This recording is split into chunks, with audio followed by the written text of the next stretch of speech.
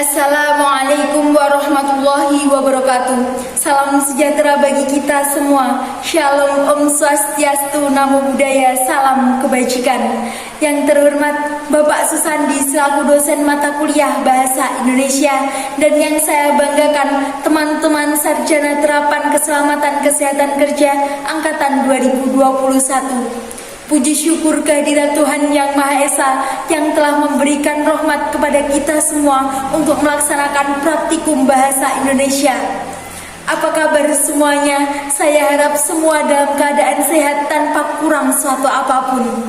Pepatah mengatakan tak kenal maka tak sayang. Daripada saya tidak disayang, lebih baik saya memperkenalkan diri terlebih dahulu.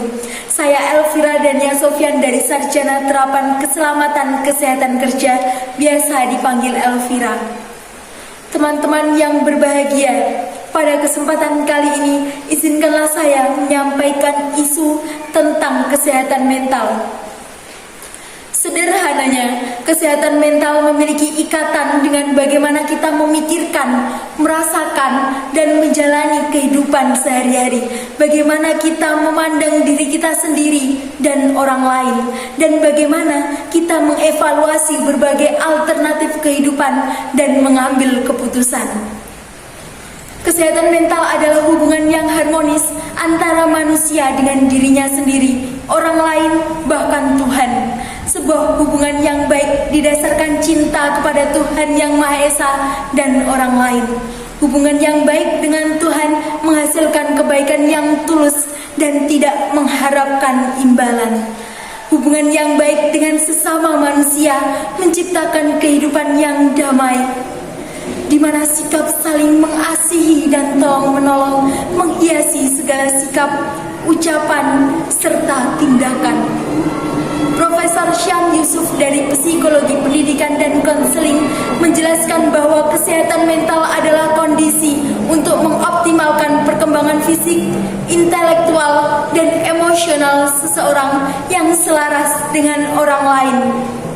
Ketika mental didefinisikan sebagai jiwa, kesehatan mental sama pentingnya untuk diperhatikan seperti kesehatan fisik.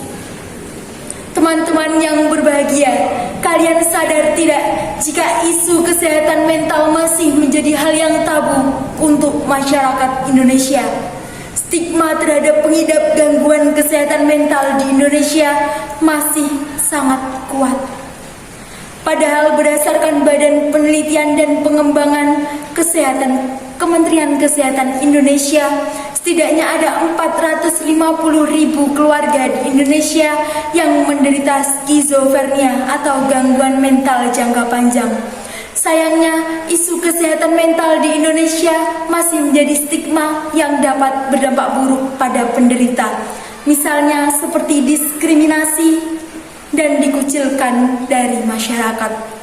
Stigma ini dapat menghambat kesembuhan dan pemulihan penderita kesehatan mental. Ada beberapa tantangan mengenai isu kesehatan mental di Indonesia. Yang pertama adalah stigma terhadap pengidap gangguan kesehatan mental. Stigma atau nilai buruk yang diberikan masyarakat kepada pengidap kesehatan mental di Indonesia didapatkan dari pengaruh lingkungan yang buruk, pelabelan, keterasingan, dan stereotip untuk orang yang penyakit mental memberikan mereka pilihan untuk tetap diam atau tidak berkonsultasi dengan psikiater profesional. Akibatnya, pada tahun 2018, 12 juta orang berusia di atas 15 tahun menderita depresi, dan 19 juta orang di atas 15 tahun menderita psikoemosional. Data ini didapatkan dari data Riskesdas. Yang kedua adalah rendahnya pemahaman mengenai kesehatan mental di Indonesia. Informasi kesehatan mental belum banyak disebarluaskan kepada masyarakat. Kurangnya pengetahuan tentang kesehatan jiwa berdampak negatif terhadap penilaian orang dengan gangguan mental. Akibatnya terjadi salah penanganan terhadap penderita kesehatan mental. Yang ketiga adalah kesehatan mental di Indonesia masih menjadi hal yang tabu. Keterbatasan pemahaman dan pengetahuan tentang kesehatan mental di Indonesia tidak terlepas dari nilai-nilai tradisi dan budaya serta kepercayaan masyarakat. Sebagian orang masih percaya bahwa penyebab gangguan mental adalah supranatural atau takhayul, sehingga penderita gangguan mental menganggap bahwa gangguan yang dialaminya sebagai hal yang memalukan. Pemahaman ini membuat orang yang membutuhkan bantuan profesional ragu-ragu untuk menerima pengobatan. Dan tidak jarang, orang dengan gangguan kesehatan mental merasa malu berada di lingkungan masyarakat.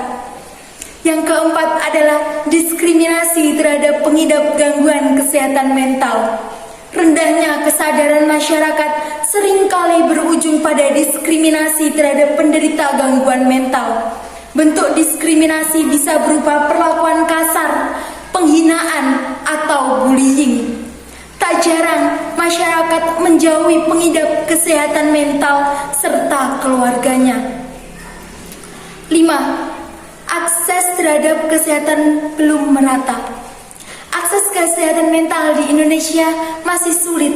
Anggaran pemerintah untuk kesehatan mental, kapasitas rumah sakit jiwa, serta bangsal psikiatri di rumah sakit masih belum dapat memenuhi kebutuhan masyarakat Indonesia. Indonesia memiliki 8 provinsi tanpa rumah sakit jiwa dan 3 provinsi tanpa psikiater. Kementerian Kesehatan Indonesia memperkirakan setidaknya ada 90% penderita gangguan jiwa tidak mendapatkan perawatan yang memadai.